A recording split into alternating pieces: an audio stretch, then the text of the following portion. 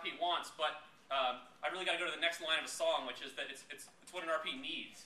You know, this is not nice to have. These are must-haves. If we don't have this stuff, we got nothing. And you know, the Plaxos of the world can still play and decide, hey, we're going to take the hit. But I'm defending this stuff internally all the time, and especially I'm part of Comcast now as a big consumer company. Any big consumer company, you heard Naveen talk about it from Yahoo's perspective. Like, there are real issues that are deal breakers out there right now.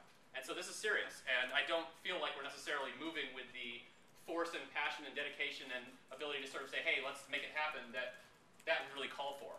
We're all a little bit too complacent. So I hope if nothing else, I can help rally us together and say, let's do the work that needs to be done. And this is sort of how I break it out. So I talked at the beginning about more high-quality OPs. I think that's a no-brainer. And sometimes there's a meme that goes around that says, oh, everybody wants to be an OP, but nobody wants to be an RP. And I say, well, gee, I think the first thing we need is a lot more good high-quality OPs. We need more quantity and more quality. So until that happens, I can understand why people are not racing to be an RP. And then desktop and mobile and API. I mean, it seems to me like maybe there was a day a few years ago when OpenID was in its infancy where we said, oh, the whole world's going to just be on the web, so who cares? We can just do everything with URLs. But I think the last few years have been exactly the opposite. It seems to me that Twitter and others have the iPhone have all introduced us to this world in which you absolutely want to have a rich desktop presence. You absolutely want to have your sweet iPhone app and Android app and Palm Pre app and God knows what else.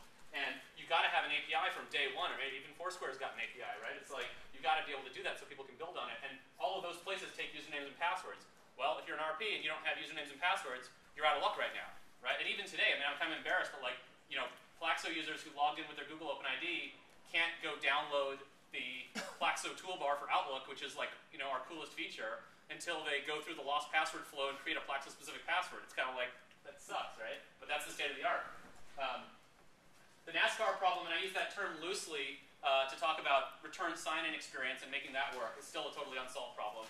And then, so the last thing is like, and I'll go through each of these in a little bit more detail, but just so you kind of keep them in your head, you really need to get to the point where an RP isn't scared to be an RP, where they feel like, I can accept these users, and I'm somehow not going to be cut out of the loop or left in a vulnerable position or left with a second-class user, that these really can be just as good.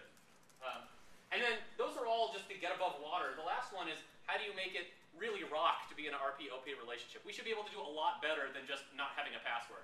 And so I'll try to talk about that a little bit.